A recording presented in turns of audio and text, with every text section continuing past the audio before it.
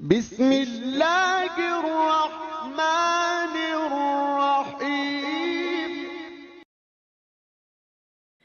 اعوذ باللہ من الشیطان الرجیم بسم اللہ الرحمن الرحیم الحمد للہ الذی هدانا لهذا وما كنا لنهتدي لولا أن هدانا الله لقد جاءت رسل ربنا بالحق الصلاة والسلام على رسول المسدد المصطفى الأمجد المحمود الأحمد مولانا ومولى الكونين جد الحسن والحسين أبي القاسم محمد اللهم صل على محمد وآل محمد بسم الله الرحمن الرحيم اللهم كل وليك حجة ابن الحسن صلواتك عليه وعلى آله في هذه الساعة وفي كل ساعة وليا وحافظا وقائدا وناصرا ودليلا وعينا حتى تسكنه أرضك طوعا وتمتعه فيها طويلا اللهم صل على محمد وآل محمد أما بعد فقد قال علي بن أبي طالب عليه السلام بسم الله الرحمن الرحيم رحم الله عبدا علم من أين وفي أين وإلى أعين صلوات محمد وآل محمد اللهم صل على محمد وآل محمد وعجل فرجه محترم سامعین کرام، بزرگان عزیز و برادران معزز، جس کلام کو سرنامہ کلام بنایا ہے اسی کے ذیل میں دو تین باتیں آپ کے سامنے پیش کرنا ہے اور بہت زیادہ وقت بھی نہیں لینا ہے کیونکہ وقت کے دامن میں زیادہ گنجائش نہیں۔ چند ایک جملے آپ کے سامنے پیش کرنا مقصود ہے کہ اگر اللہ نے ہمیں اس کائنات میں بھیجا ہے تو کسی نہ کسی مقصد کے تحت اس کائنات میں اللہ نے ہمیں بھیجا ہے، خلق کیا ہے۔ فضول اس کائنات میں پروردگار نے ہمیں نہیں پیدا کیا، کیونکہ اللہ نے اتنی بڑی جو کائنات بنائی ہے وہ بغیر مقصد کے نہیں بنائی، کسی نہ کسی مقصد کے تحت اللہ نے اتنی بڑی کائنات ہمارے حوالے کی، اتنی بڑی دنیا اللہ نے بنائی، تو بغیر مقصد اور ہدف کے نہیں بنائی، کوئی نہ کوئی مقصد ہے، کوئی نہ کوئی ہدف ہے، جس بنیاد پر اللہ نے اتنی بڑی کائنات ہمارے حوالے کی ہے اور اس میں ہمیں خلق کیا ہے۔ لہذا ہمارے لیے اوپر ضروری ہے اور خود مسلمان کے اوپر، آج کائنات کے تمام مسلمانوں کے اوپر یہ لازم ہے کہ اپنے جائیگاہ کو معین کرے اس کائنات میں، وہ کہاں پر ہے، اور ضروری ہے اس چیز کو مد نظر رکھنا کہ اس کائنات میں آپ کیا کر رہے ہیں، کیونکہ اگر آپ نے یہ نہیں سمجھا کہ آپ اس کائنات میں کیوں آئے ہیں تو پھر آپ دنیا کے مقصد کو اور اس کائنات کے خلق تخلیق کے کائنات کے مقصد کو آپ نہیں سمجھ سکتے، کیونکہ بہت ضروری ہے اس چیز کو سمجھنا، وگرنہ بہت سے لوگ آئے ہیں اور چلے گئے ہیں اور آتے رہیں گے اور چلے جائیں گے، نہ ان کا تاریخ میں کوئی پتہ ملتا ہے، نہ ان کا کوئی عطا پتہ ایڈریس ملتا ہے، بہت سے لوگ آئے ہیں اور چلے گئے ہیں، نہ ان کی زندگی کا کوئی معیار اور مقصد سمجھ میں آیا دنیا کو، نہ ہی اس کائنات کو انہوں نے سمجھنے کی کوشش کی، تاریخ میں آئے، تاریخ نے انہیں گمنام کر دیا اور وہ آج بھی ان کا پتہ اور ایڈریس نہیں ہے۔ ہم سے پہلے جتنے بھی آئے وہ آ کر کے اس کائنات میں چلے گئے، آیا ہم بھی اسی طریقے سے ہو جائیں کہ ہم بھی آئے ہیں اس دنیا میں اور ہم نے 60 سال 70 سال کی زندگی گزار لی اور ہم بھی آئے اور اسی کائنات میں اسی طریقے سے کھائے پیے اور چلے گئے۔ نہیں، اللہ نے اس کائنات کو جو خلق کیا ہے بغیر مقصد کے نہیں خلق کیا، کوئی نہ کوئی مقصد ہے، ہدف ہے جس بنیاد پر اللہ نے اتنی بڑی کائنات خلق کی ہے۔ لہٰذا ہمیں بھی یہ سوچنا چاہیے کہ اس کائنات میں ہم کیوں آئے ہیں، اس چیز کو بہت ضروری ہے سمجھنا، اس مقصد کو، اس ہدف کو سمجھنا، اس کائنات کی تخلیق کو سمجھنا بہت ضروری ہے، وگرنہ ہمارے جیسے لوگ آئے اور چلے گئے ہیں، انہوں نے اس کائنات کو نہیں سمجھا، اور جنہوں نے اس کائنات کو سمجھا، کوئی امام خمینی بن کر کے سامنے آیا، کوئی سیستانی بن کر کے سامنے آیا، کوئی قاسم سلیمانی بن کر کے سامنے آیا، کوئی حسن نصر اللہ بن کر کے سامنے آیا، کیونکہ جب تک اس کائنات کی اس ہستی کو نہیں سمجھیں گے، کیونکہ پروردگار نے ہمیں اسی طریقے سے اس کائنات میں نہیں بھیجا ہے، بلکہ کسی نہ کسی ہدف کے تحت اس کائنات میں اللہ نے آپ کو بھیجا ہے، لہٰذا ہمیں اپنی جائیگاہ کو معین کرنے کی ضرورت ہے کہ ہم اس کائنات میں کیا کر رہے ہیں، کیونکہ وہاں زبانوں میں اس کائنات کو پروردگار کو جہاں پہنچانا ہے، جہاں تک لے کر کے جانا ہے وہ لے جا کر کے رہے گا، کیونکہ یہ حق کا وعدہ ہے، وہ خالق انسان ہے، وہ خالق کائنات ہے، لہٰذا اس کائنات کو اسے جہاں تک لے کر کے جانا ہے وہ لے جا کر کے رہے گا، نہ وہاں زبانوں میں لغزش ہے، نہ وہاں حقیقتوں میں کوئی لغزش ہے جو دائمی اور ابدی رہنے والی ہے، کیونکہ اگر ہم چاہتے ہیں اس کائنات کو سمجھنا، اگر ہم چاہتے ہیں اس کائنات میں اپنے آپ کو مضبوط کرنا، تو کہیں نہ کہیں ہمیں چاہیے کہ اس کے کام کو اپنا کام سمجھ لیں، اس کے مقصد کو اپنا مقصد سمجھ لیں، تھوڑا سا اس کے ساتھ ہو جائیں، تھوڑا سا اس کے حصے کو اپنا حصہ سمجھ لیں، اگر ہم نے یہ کر لیا تو کہیں نہ کہیں ہم بھی دائمی ہو جائیں گے، ہم بھی ہمیشہ رہنے والی چیز ہو جائیں گے، وگرنہ اسی طریقے سے ہمارا بھی حال ہوگا، تاریخ میں افسانہ بن کر کے رہ جائیں گے، اور اسی دنیا میں لوگ ہمیں ٹھوکریں مارتے ہوئے چلے جائیں گے۔ ایک سوال پڑھے محمد و آل محمد پر، اللہم صلی علی محمد و آل محمد۔ لہٰذا امیر کائنات کی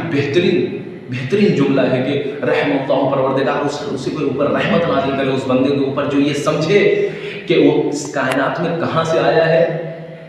کہاں پر کھڑا ہے، اور اسے واپس پلٹ کے کہاں جانا ہے۔ اس چیز کو اگر انسان سمجھنا شروع کر دے تو اس کو اس دن سے سمجھ میں آنے لگے گا کہ اس کائنات میں اس کا کیا مرتبہ ہے، کیوں اس کائنات میں اسے اس کائنات میں بھیجا گیا ہے، خلق کیا گیا ہے، وگرنہ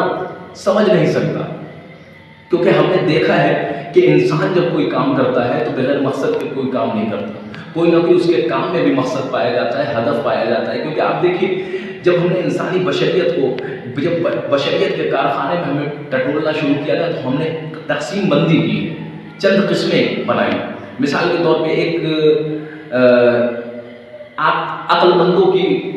قسم ہم نے بنائی، اور ایک مجنون کی قسم بنائی، اور ایک بچوں کی قسم بنائی۔ جب ہم نے بشریت کے سسٹم کو دیکھا تو اس کا بھی کوئی نہ کوئی جو بھی فیل ہوتا ہے بغیر ہدف کے نہیں ہوتا، کوئی نہ کوئی مقصد پایا جاتا ہے اس کی بھی زندگی میں۔ مثال کے طور پہ ایک عقل مند انسان اگر کوئی کام انجام دے رہا ہے اور ایک قدم اپنا اگر آگے بڑھا رہا ہے تو بغیر مقصد کے نہیں، کوئی نہ کوئی مقصد پایا جاتا ہے، ہدف پایا جاتا ہے، جس بنیاد مثال کے طور پہ ایک عقل مند انسان، ایک عاقل انسان اپنے گھر سے باہر نکلے، مثال کے طور پہ اپنے مارکیٹ کے لیے جا رہا ہے تو کوئی نہ کوئی مقصد کے ہی تحت جا رہا ہے، کوئی نہ کوئی ہدف کے تحت جا رہا ہے، جس بنیاد پر اس کو کوئی کام انجام دینا ہے، لہذا ایک مقصد لے کر کے ایک عاقل انسان، یہ عقل کا تقاضا ہے کہ کوئی انسان اگر کوئی کام انجام دیتا ہے تو وہ کسی بغیر مقصد کے لیے کوئی نہ کوئی مقصد پایا جاتا ہے، ہدف پایا جاتا ہے، جس بنیاد پر وہ گھر سے نکل رہا ہے، جس بنیاد پر وہ مارکیٹ میں جا رہا ہے، جس بنیاد پر وہ اسکول میں جا رہا ہے، کوئی نہ کوئی ہدف پایا جاتا ہے۔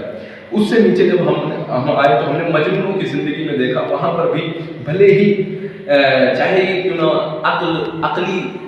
ہدف نہ ہو لیکن سطحی ہے، لیکن اس کے باوجود بھی ان کے پاس ہدف پایا جاتا ہے، مجنون کے پاس بھی ہدف پایا جاتا ہے، ان کے پاس بھی کوئی نہ کوئی مقصد پایا جاتا ہے، واقعی ہو سکتا ہے کہ وہ عقلی نہ ہو، سطحی ہو، لیکن ہدف ہے، کوئی نہ کوئی غرض اور غایت ہے، عقلی نہیں ہے لیکن ہدف ہے۔ اس کے نیچے جب ہم آئے تو ہم نے دیکھا بچوں کی زندگی میں بھی کوئی نہ کوئی مقصد پایا جاتا ہے، ہدف پایا جاتا ہے۔ اگر وہ چھوٹے بچے کام کر رہے ہیں بھلے ہی وہ عقلی نہ ہو، سطحی ہے، خیالی ہے، لیکن مقصد پایا جاتا ہے ان کی بھی زندگی میں۔ ہم نے انسانوں سے لے کر کے بچوں تک کی زندگی میں جب دیکھا تو ہمیں یہ سمجھ میں آیا کہ ان کی بھی زندگی بغیر مقصد کے نہیں ہے، کوئی نہ کوئی مقصد پایا جاتا ہے، کوئی نہ کوئی ہدف پایا جاتا ہے ان کی بھی زندگی میں، جس بنیاد پر انہوں نے زندگی بسر کی ہے۔ اگر چاہے وہ مجنون ہو، چاہے وہ پاگل ہو، چاہے وہ بچہ ہو، چاہے وہ عاقل انسان ہو، ان کی تمام کی زندگی میں کوئی نہ کوئی مقصد پایا جاتا ہے، ہدف پایا جاتا ہے۔ تو ایک چھوٹی سی دنیا میں، ایک چھوٹے سے انسان کے درمیان میں جب ہم نے تقسیم بندی کی تو ان کی بھی زندگی میں کوئی نہ کوئی مقصد پایا جاتا ہے، وہ ایک قدم بھی اپنا آگے نہیں بڑھاتے بغیر مقصد کے۔ تو خالق انسان، خالق کائنات، اتنی بڑی کائنات خلق کر دیا، بغیر مقصد کے تو خلق نہیں کیا ہوگا، کوئی نہ کوئی مقصد پایا جائے گا، کوئی نہ کوئی ہدف، جس بنیاد پر اللہ نے اس کائنات کو خلق کیا۔ لہٰذا ہم کیسے سمجھیں اس کائنات کو، کیسے سمجھیں ان مقاصد کو، کیسے سمجھیں،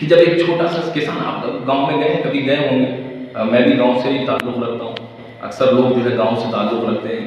ہو سکتا ہے کہ بعد میں وہ شہر میں جا کر کے بس گئے ہوں، اپنے آپ کو شہری کہنے لگے ہوں، ولو بھی ایسا ممکن ہے، لیکن اس سے پہلے ان کی بھی زندگی گاؤں میں ہی کہیں نہ کہیں تھی۔ تو گاؤں کی اس مثال کو بخوبی آپ سمجھیں گے۔ یا آپ دیکھیے، جب اس کائنات میں اس چھوٹے سے گاؤں میں آپ جائیے، جانے کے بعد آپ کو سمجھ میں آئے گا کہ کسان، ایک چھوٹے سے کسان سے میں ملا، خود جب گاؤں میں گیا تو میں چھوٹے سے کسان سے ملتا ہوں، میں نے کہا کہ سرکار یہ بتائیے، یہ جو آپ نے کیا کیا ابھی؟ انہوں نے کہا ایک چھوٹا سا بیج تھا جو میں نے زمین کے حوالے کر دیا۔ اب 6 مہینے کے بعد میرا پھر اتفاق ہوا، اس گاؤں میں پہنچا تو میں نے دیکھا کہ اس جگہ پر بیج نہیں ہے۔ تو میں نے وہ کسان سے جس نے اس بیج کو زمین کے حوالے کیا تھا، میں نے کہا سرکار یہ بتائیے کسان صاحب کہ یہ جو بیج آپ نے حوالے کیا تھا وہ بیج تو سڑ گیا، وہ تو گل گیا، وہ تو بیج ہے ہی نہیں، ختم ہو گیا بیج۔ کہا سرکار آپ 6 مہینے پہلے جب آئے تھے تو اس بیج کو میں نے حوالے کیا تھا زمین میں، آپ 6 مہینے کے بعد آئے ہیں، آپ یہ جو درخت دیکھ رہے ہیں، آپ یہ جو درخت دیکھ رہے ہیں، یہ وہی بیج تھا جو کمال میں تبدیل ہو گیا۔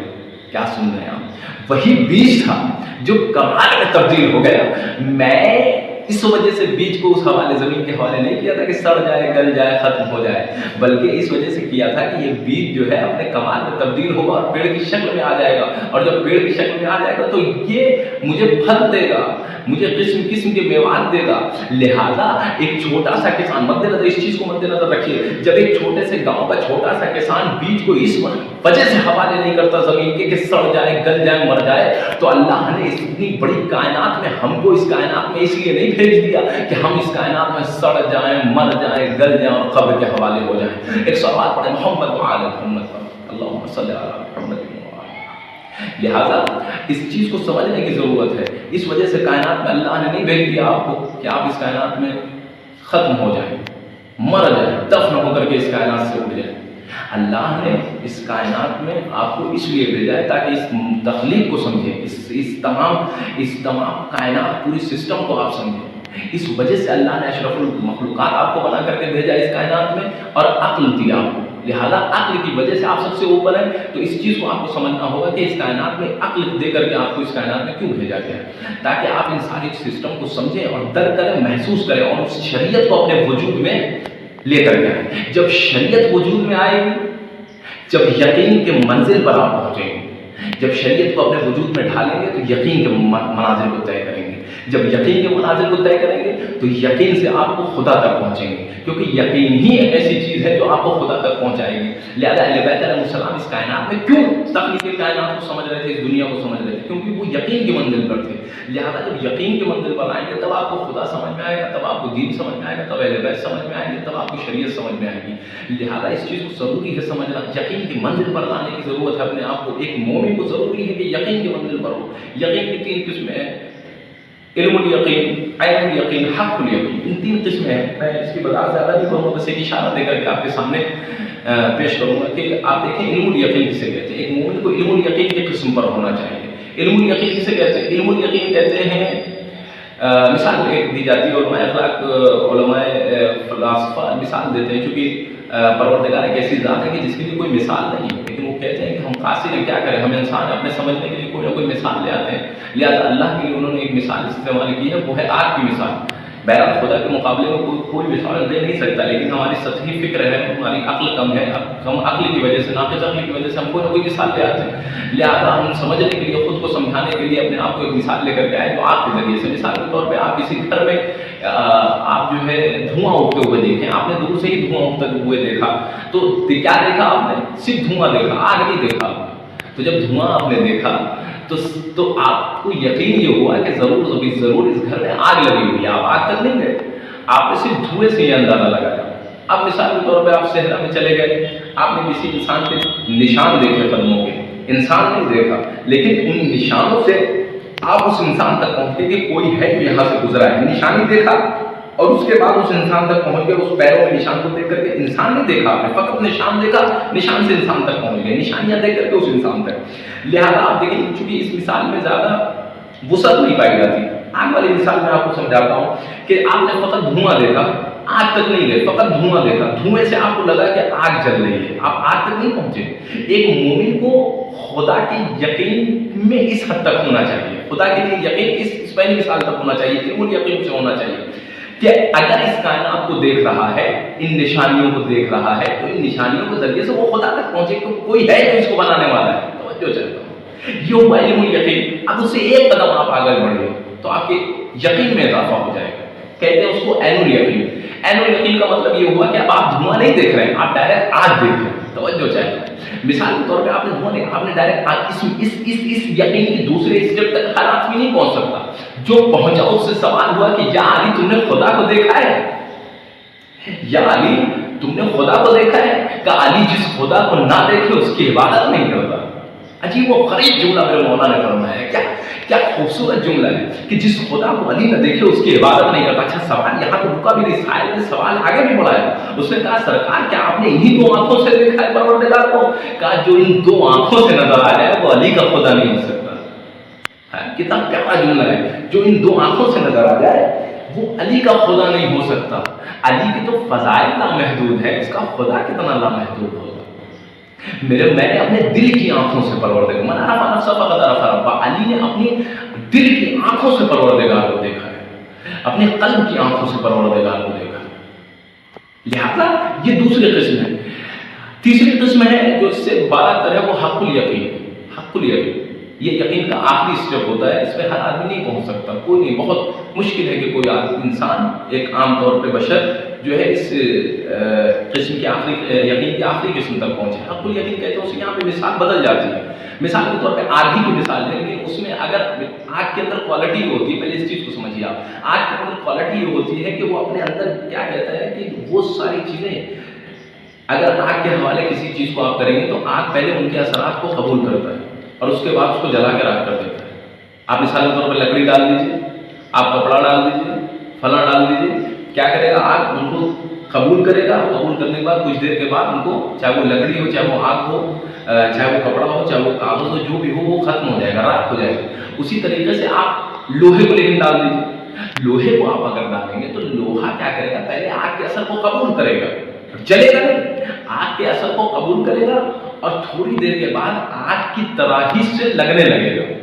ایسا آپ کو دیکھنے میں یہ محسوس ہی نہیں ہوگا کہ آگ کون ہے، لوہا کون ہے۔ توجہ چاہتا ہوں، آپ کچھ دیر کے بعد یہ پتا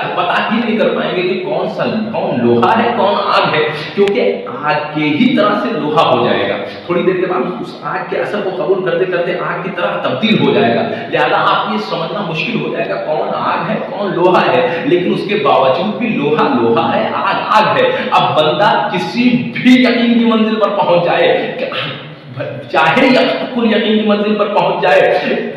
یہ پہچاننا مشکل ہو جائے کہ کون بندہ ہے، کون عبد ہے، کون بندہ ہے، کون خدا ہے، کون بندہ ہے، لیکن اس کے باوجود بھی بندہ بندہ ہے، خدا خدا ہے، بندہ بندہ ہے، عبد عبد ہے۔ بہت سے لوگ اسی کشمکش میں غلطی کر گئے کہ علی کو رب کہہ دیا، جس نے علی کو رب کہا وہ بھی غلط تھے، جس نے رب کو علی کہا وہ بھی غلط تھے، بلکہ میرا مولا تو یہ کہتے ہوئے نظر آتا ہے کہ پروردگار میرے لیے فخر ہی یہی ہے، علی کے لیے یہی افتخار ہے کہ وہ تو اس کا رب ہے اور وہ تیرا بندہ ہے۔ ایک سوال پڑھے محمد و آل محمد،